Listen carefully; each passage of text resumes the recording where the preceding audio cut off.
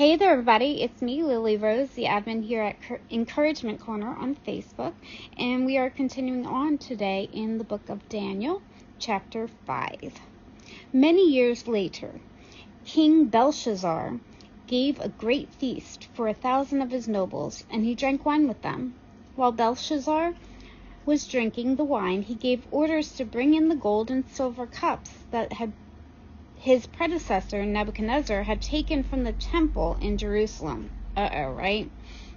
He wanted to drink from them with his nobles, his wives, and his concubines.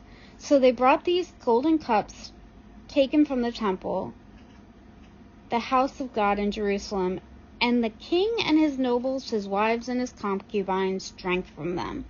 While they drank from them, they praised their idols, made of gold, silver, bronze, iron, wood, and stone.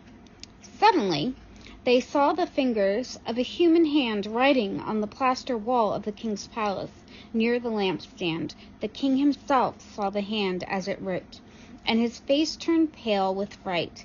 His knees knocked together in fear, and his legs gave way beneath him.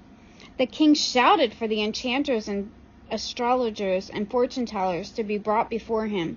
He said to these wise men of Babylon, "Whoever can read this writing and tell me what it means will be dressed in purple robes of royal honor and will have a gold chain placed around his neck. He will become the third highest ruler in the kingdom." But when all the king's wise men had come in, none of them could read the writing or tell him what it meant. So the king grew even more alarmed, and his face turned pale. His nobles, too, were shaken. But when the queen mother heard what was happening, she hurried to the banquet hall. She said to Belshazzar, "Long live the king! Don't be so pale and frightened. There is a man in your kingdom who has within him the spirit of the holy gods. During Nebuchadnezzar's reign, the man was found to have insight, understanding, and wisdom like that of the gods. Your predecessor, King Nebuchadnezzar, made him chief over all the magicians, enchanters, astrologers, and fortune-tellers of Babylon. This man, Daniel, whom the king named Belteshazzar, has exceptional ability and is filled with divine knowledge and understanding. He can interpret dreams, explain riddles, and solve difficult problems. Call for Daniel, and he will tell you what that writing means." So Daniel was brought in before the king. The king asked him, "Are you Daniel, one of the exiles brought from Judah by my predecessor, King Nebuchadnezzar? I have heard that you have the spirit of the gods within you, and that you are filled with insight, understanding, and wisdom. My wise men and enchanters have tried to read the words on the wall and tell me their meaning, but they cannot do it. I am told that you can give interpretations and solve difficult problems. If you can read these words and tell me their meaning, you will be clothed in purple robes of royal honor, and you will have a gold chain placed around your neck. You will become the third highest ruler in the kingdom." Daniel answered the king, "Keep your gifts, or give them to someone else, but I will tell you what that writing means.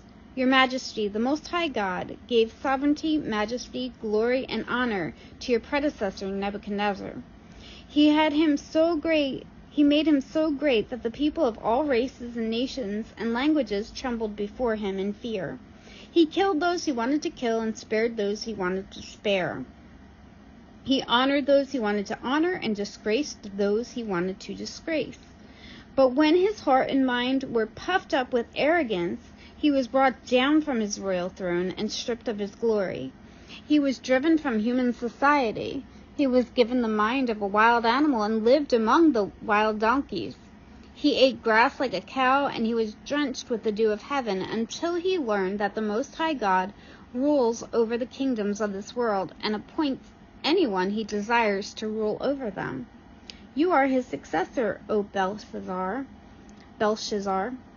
and you knew all of this, yet you have not humbled yourself, for you have proudly defied the Lord of heaven and have had these cups from his temple brought before you. You and your nobles and your wives and concubines have been drinking wine from them while praising gods of silver and gold and bronze and iron, wood and stone, gods that neither see nor hear nor know anything at all. But you have not honored the God who gives you the breath of life and controls your destiny. So God has sent this hand, to write this message. This is what the message that was written. Mene, mene, tekele, parsin.